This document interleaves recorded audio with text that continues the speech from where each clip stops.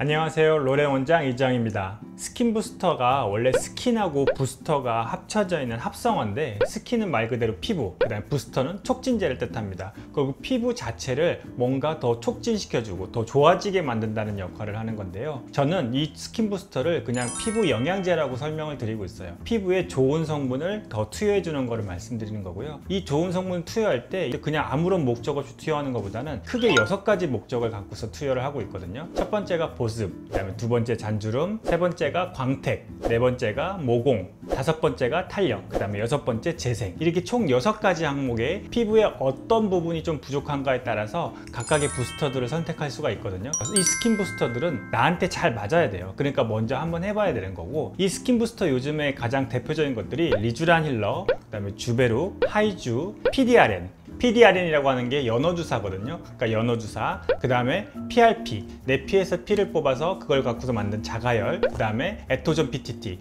등 여러 가지가 있습니다. 그런 여러 가지 것들을 내 피부에 먼저 투여해보고 나한테 잘 맞는 것을 찾아보는 과정이 반드시 필요하다고 생각이 들어요. 이러한 스킨 부스터들은 주사 놓는 방식에 따라서 총 5가지 투여하는 방법이 있다고 말씀드릴 수 있어요.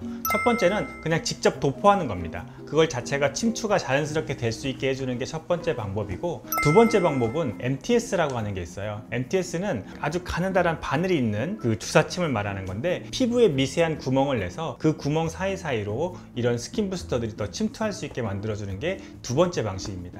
세 번째 방식은 말 그대로 직접 주사 놓는 거예요. 저희가 이걸 손주사라고 얘기를 하는데, 직접 시술자들이 주사를 넣어서 피부에 넣는 방법인데, 대표적인 게 리쥬란 힐러죠. 리쥬란 힐러는 피부 얕은 층에다가 주사를 놓는 거거든요. 그래서 직접적으로 손주사 놓는 경우가 많고, 네 번째가 기계 주사인데, 어떤 기계를 이용해서 그 일정하게 주사를 놓는 방식이 있어요. 이 리쥬란 힐러를 기계 주사로 하시는 분도 있고, 저희 같은 경우는 손주사로 직접 주사 놓는 방법이 있거든요. 손주사와 기계 주사 두 가지 방식이 있는데, 둘 다 각각의 장단점이 있는 방식입니다. 손주사는 시술자가 꼼꼼하게 잘 놓을 수 있는 장점이 있는 대신에, 기계 주사 같은 경우는 피부에 균질하게 잘 투여해 줄 수 있는 장점이 있는 좋은 방법입니다. 마지막으로 미라젯이라고 해서 니들 자체가 없는 레이저로 직접적으로 약물을 투여시켜주는 장비가 있는데, 이것은 나중에 다시 한번 말씀을 드려볼까 합니다. 이렇게 투여하는 목적은 각각의 부스터가 좀 더 효과적으로 더 나타나라고 하기 위해서 그렇게 주사하고 있는 건데요, 이게 장점이 뭐 여러 가지가 있다고 하지만 시술을 받는 분들한테 가장 중요한 거는 얼마나 아프냐거든요. 이 손주사는 실질적으로 조금 아파요. 왜냐하면 저희가 예를 들어서 리쥬란 힐러 같은 경우 손주사로 피부의 얕은 층을 주사를 놓게 되는데, 우리 엠보라고 해서 볼록볼록한 여러 가지 것들이 있거든요. 그렇게 주사를 놓으려면 피부 표층에 놔야 되는데 이게 엄청 아파요. 그래서 그 단점이 하나 있고, 기계 주사도 피부 자체를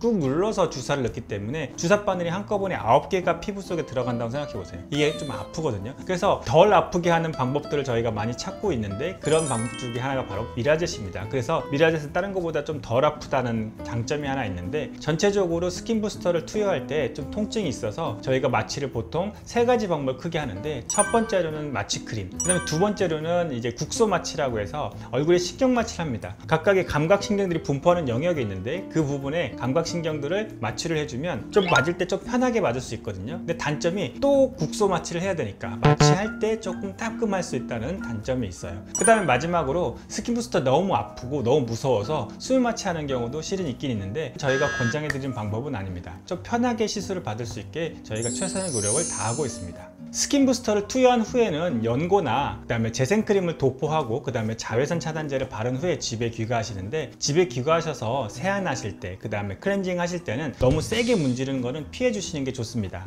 혹시 피부에 딱지가 앉아도 이렇게 긁어서 그 딱지를 직접적으로 떼내는 거는 좀 최대한 피하시는 게 좋고요. 하고 나서 보습 열심히 해주시면 좋아요. 이 스킨 부스터 맞고 나면 오히려 피부 장벽이 일시적으로 깨지기 때문에 피부가 건조해지는 경우도 생길 수 있거든요. 이럴 경우에는 보습제를 충분히 발라서 항상 피부가 건조해지지 않게 조심해 주시는 게 좋고요. 밖에 외출할 때는 한 일주일에서 2주일 정도는 주사 바늘 자국 같은 것들이 있을 수 있거든요. 그런 기간 동안에 그 부위에 색소 침착이 오지 않도록 자외선 차단제도 잘 바르는 것을 권장드리고 있습니다. 그리고 각각의 약물 투여하고 나서 주의할 점이 몇 가지가 있는데, 그런 것들은 시술하고 나서 병원에서 항상 나눠드리고 있으니까요, 그런 부분에서는 잘 지켜주시는 것을 추천드립니다. 이번 영상에서는 스킨 부스터가 어떤 것이 있는지, 그 다음에 스킨 부스터를 어떻게 맞는지 그에 대해서 좀 말씀을 드렸는데요. 스킨 부스터는 아프긴 하지만 그만큼 얼굴에 영양제를 직접적으로 투여할 수 있다는 장점이 있습니다. 그래서 스킨 부스터 투여 후에 내 피부가 좋아지는 것을 느끼면 되고, 그리고 어떤 스킨 부스터가 나한테 맞는지를 테스트해보고 찾아본 다음에 그런 스킨 부스터를 꾸준하게 맞는 것을 저희는 항상 추천드리고 있습니다. 지금까지 로렌 원장 이지영이었습니다. 감사합니다.